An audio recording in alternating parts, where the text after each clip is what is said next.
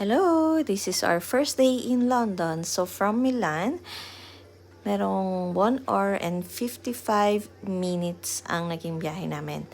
And then, from here in London, nagpunta kami sa hotel namin. And from the hotel, we went right through the Buckingham Palace. At sa Buckingham Palace, may changing of the guard na it's a free ceremony naman. So, dun sa changing of the guard, this is every, I think it's Friday and Monday or Wednesday, Sunday, 11 a.m.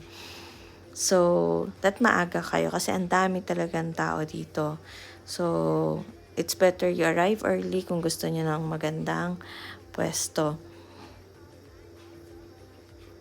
So, makikita ninyo dito yung mga guard.